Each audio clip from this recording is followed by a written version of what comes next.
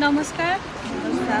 विशेष आज हाम्रो वर्ल्ड इन्भाइरोमेन्ट डेको हजुर सबैलाई शुभकामना है। र आज विशेष हाम्रो 06 केरेथाङ लबिङ ग्राम पञ्चायत अन्तर्गत है आज हामी प्लान्टेसन है अथवा बिरुवा रोपनको काम गरिरहेको छौँ। विशेष आज हामीले कतिजना गाउँमा एसएचजीहरूले पनि रोप्नु हुँदैछ र हामी ग्राम पञ्चायत अनि एसएचजी एमजी नरेगाको जब होल्डर है अनि पुलिस विभागबाट पनि हामीसँग जोड्नु भएको छ है। र त्यहाँदेखि आइसिडिएस हाम्रो सुपरभाइजर पनि म्याडम पनि आउनु भएको छ हामी माझमा है। अनि पिडब्ल्युडी इन्चार्ज हामीमा आज सबैजना मिलेर हामीले आज है प्लान्टेसन रोपेर हामीले आफ्नो गाउँलाई आफ्नो पर्यावरणलाई एकदमै स्वच्छ र एकदम सुन्दर बनाउने हामीले सोचेको छौँ है।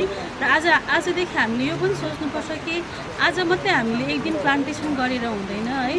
हामीले यो जुन रेनी सिजन यो जति पनि हाम्रो यो सिजनभरि चाहिँ हामीले आफ्नो गाउँको बाटो है आज हामी सुरु गरेको छौँ र हामीले आफ्नो गाउँको वरिपरि पनि फुलहरू लगाउने है एकदम पर्यावरणलाई एकदम स्वच्छ बनाउनुको लागि चाहिँ हामीले रुखपात है फुलहरू रोपेर चाहिँ हाम्रो गाउँलाई हाम्रो समाजलाई राम्रो बनाउँ, राम्रो एकदम क्लिन एन्ड ग्रिन बनाउँ भन्ने उद्देश्यले है हामी यसरी आज फुल रोप्न गइरहेको छौँ।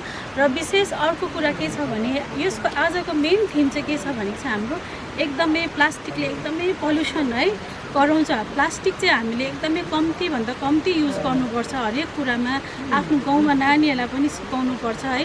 एवेरनेस पनि हामी बारम्बार गरिरहेको छौँ हरेक तपाईँको स्कुलमा भयो एसएचजीदेखि लिएर सबैलाई नै हामीले एवेरनेस गरिरहेको छौँ। र भए पनि आजदेखि हामीले चाहिँ प्लास्टिक चाहिँ जब हामी प्लास्टिक चाहिँ बाटोमा देख्दा पनि हामीले चाहिँ यो चाहिँ मेरो गाउँ हो मैले सफा राख्नुपर्छ भनेर एउटा टिप्ने हाम्रो आदत बनाउनुपर्छ है।